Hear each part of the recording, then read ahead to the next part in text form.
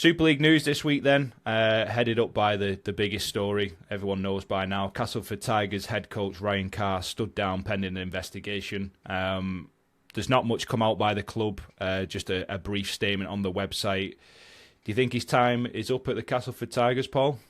Yeah, I don't think he coaches again at the Tigers.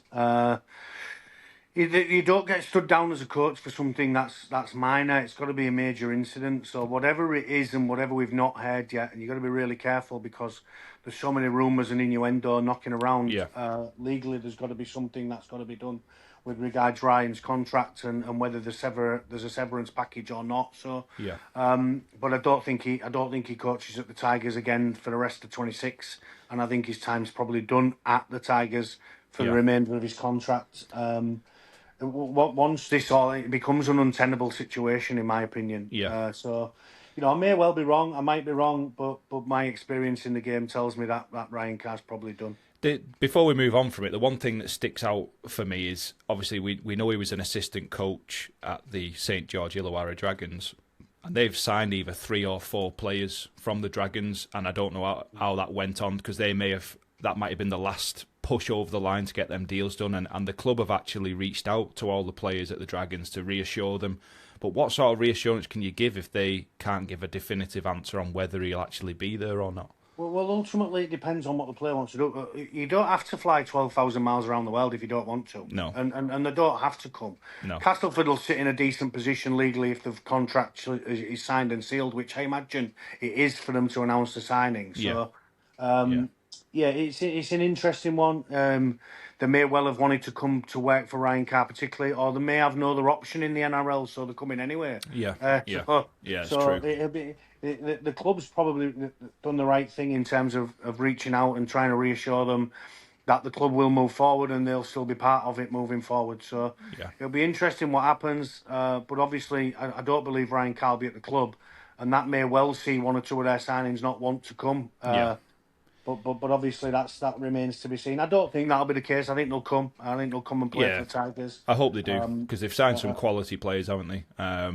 Damien Cook's exciting. Yeah, he's always been an exciting player, quick out of dummy half. Tyrell Sloan scoring lots of tries on the wing. Probably signed to come and play fullback. So the Tigers have got some real work to do in terms of reassuring the fans, and they can't say too much. The fans are upset by it. There was a few, chants for Ryan Carr, but until it all comes out and everything comes out, Dan, you can make an assumption that you're on Ryan Carr's side or the club's side, but you still don't know what's happened. No. What you can say is that the investigation means that it's probably untenable and he won't be at the club. Yeah, agreed. We move on to the next piece of news. Quite a big piece of news, to be fair. Solomona Faataape joins the Saints for 2027 on a 2-year deal. We've seen how well he's played in the centres for the Dragons. This is some positive news for the Saints, considering how much of a calamity it's been this season. Yeah, Nelly McDonald told he can find another club, and there'll be 1 or 2 more at the club that's probably under contract that they've got the recruitment wrong with in their eyes. Faataape deal's a good one. I'm not sure what's happened between him and John Cartwright. I mean, he's under contract there next year. I'm not sure why you'd want to sell him. Maybe financially, Bernard Gwash wants to sell and the club want to sell. Or maybe they've got somebody else lined up and they're going to use Faataape's wage. But he's been one of the shining lights at the Dragons. He has. Well, I don't understand them allowing him to leave when he's under contract. It's like what you mentioned last week, though, where John Cartwright's given the option to all the players in his squad, whether you want to stay or you want to go. Maybe he should have tried a different approach of trying to nurture them. This is my ideas. This is how I want to move forward. You're going to be this player for me. And you don't want to lose quality players, Dan. No, you don't. He's a very good player. Yeah. He's been, as I said, I think he's been one of the best for them this year in terms of quality and what they've brought in. So, there's a couple of players there that are not under contract next year that he wants to know the answer to, John Cartwright, and rightly so. He's agreed he's agreed 2 years. Has been mooted this week. So, it's an interesting time for the Dragons, a really interesting time, and I think it's a good signing for Saints. He's been good this year for the Dragons. He'll want to come in and stamp his mark on the Saints team. The next biggest thing for Saints is the head coach, isn't it? Because you you can't continually sign players, or recruit players that are out of contract, particularly without them knowing who they're going to come and work because for. you don't know if that. I mean, Faataape probably fits in most game plans, but you don't know if you start signing certain middles or certain strike player. You don't know if that's going to actually benefit that coach's style of play. So yeah, I totally agree with you. The next one was also as equally as big. Davy Litten handing in a transfer request at Hull FC, and he's now agreed a 4-year deal to join the Wakefield Trinity. Where do you stand on this one? Are you surprised or are you happy? It's mixed feelings.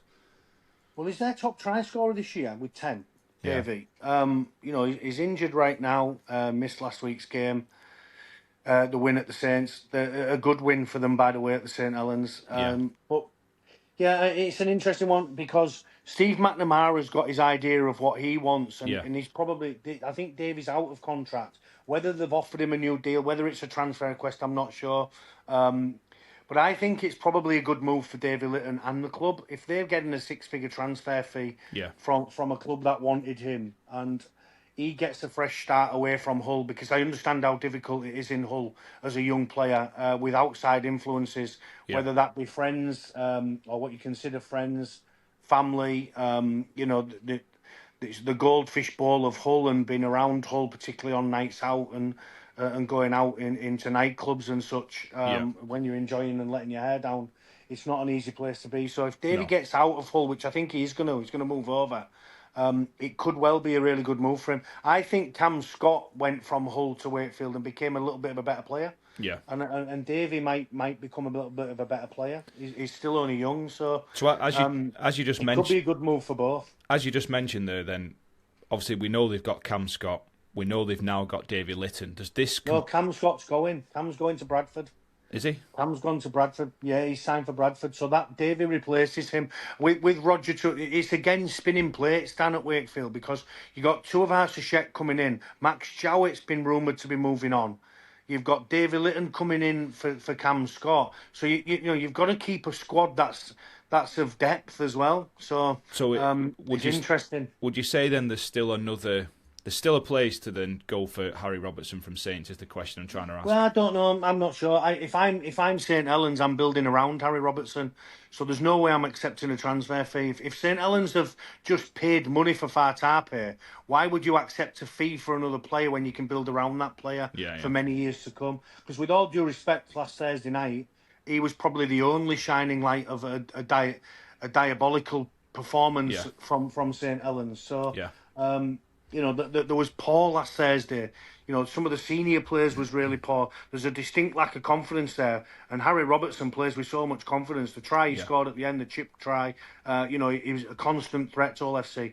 If I'm Eamon McManus and the new coach at St Helens, I'm doing everything possible to build around him. Yeah, no, I agree. Next piece of news, John Bateman confirmed by the Bradford Bulls on a 2-year deal. He's coming home. He's going to finish his career off where he started. The Bradford Bulls need some sort of direction and experience in that pack, and he is vital, I feel. Do you feel the same about John signing for Bradford? Yeah, you would hope that he can come over and have a similar impact to Ryan Sutton. He's obviously Ryan had injury issues at the Raiders and the Dogs when he was coming to the end of his NRL career. He didn't play too much, but he's come over here and refound that vigour and form. And you would hope that John can do the same. I think he's a big signing because he's a leader, and they need some leaders on the field. Bradford, they've fallen off that cliff at the end of the season, which we all expected with the injuries they've had.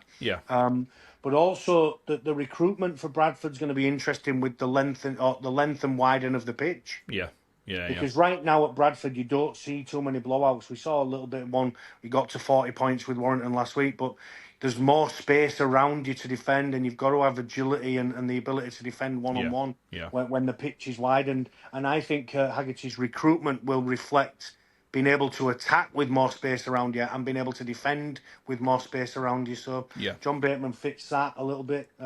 He's not been in great form. He's not played too much, but if you can get back to some kind of quality which John possesses, and class is permanent, form is temporary. So, I think it'll be a good signing for the club. I just feel as well, before we move on from the Bulls, if they can get the Blake Lawrie deal done that we mentioned last week from the Dragons, so you'd have Blake Lawrie, you'd have Ryan Sutton, you'd have Joe Mellor, and you'd obviously have John Bateman. That's pretty good start to a pack for your 2027, and they're not done recruiting yet. I think they're heading in the right direction, aren't they? Yeah, absolutely. It takes time, doesn't it? It takes time, and they were behind the 8 ball last year when it comes to recruitment because they were put into the Super League so late. So within about 6 weeks, I think Kurt had turned around 15 players. So, it's not easy to recruit and retain, and I think they've done a good job. Throw Cam Scott into that, who's been good at Wakefield. He's going to be recruited by the club, so into the centres. So it's a special time for the Bulls fans because they've been exiled from the Super League for so long, and are back in this year. Yeah, the second bottom right now. If they don't finish bottom, that's a huge achievement in my opinion. So yeah, it is. They've got the big game against Huddersfield coming up in a couple of weeks. Next one, Kallum Watkins has signed a 1-year extension with the Leeds Rhinos. I think he's been every bit as good as he ever has been in his career this year. I think he's so vital and important. And we talked about experience on the pitch around, especially the young players that Leeds are bringing through. I think this is a good move, and I would imagine Callum's going to move into some sort of coaching role with the Leeds Rhinos. He's been immense for them over his career. A fine wine, isn't it? He gets better with age. And, he does. Well, I guess 1-year contracts are good at the age that Callum's at, and the older you get, because 1, it keeps the player hungry, and 2, it means the club get a look for a year. Yeah. If it's a poor year, then they can let the player go. Yeah. So Callum's been brilliant at Leeds since he rejoined the club. Chris Hankinson, another one, I think they've re-signed on a 1-year contract or been given an extension. So there's a couple of other bits of retention that Leeds have got to get out there or make a decision on. Yeah. But they're also in the market for some good players. But Callum's a good piece of business. 100%. The final piece of news, which I think was a bit of a strange one, but no surprise after his performance last week. Lee Leopard's new signing, Lazarus Vaalepu, signed him from the Melbourne Storm. He had a bit of a shocker against Wigan, let's be honest. He's now been sent out on loan to Oldham. It's either a 1 or 2 week deal. He just doesn't look at the races, does he? I don't know if it's fitness. I don't know if it's the physicality that's slightly different. I don't know. He just doesn't seem to have adjusted. And the one thing that sticks out into my mind was what you mentioned last week when he did that offload and it was an interception. Absolute disaster and momentum changing. And I think... Yeah, they haven't really done a statement on it. Do you think this is kind of a punch from Adrian Lam, or does he need a bit of extra time to adjust? What's your views on this? I think probably extra time to adjust. I think you find it difficult when you're an overseas player coming over because, 1, they don't understand the physicality of the game. It's very different to the NRL. It's probably a lot slower. Yeah. The rucks are a lot slower. So, you can come over here thinking that because you played in the NRL, it's going to be a little bit easier. But I think I've listened to Blake Austin quite a bit on his podcast, and he says that you don't understand how physical the game can be over there. So I think he needs game time. He needs time to adjust. But ultimately, when your team's facing games to finish in the top 6 and you make the errors he made, then you're not going to play in that team. So the reserve comp's no good for him because it'd be far, far too easy. Yeah.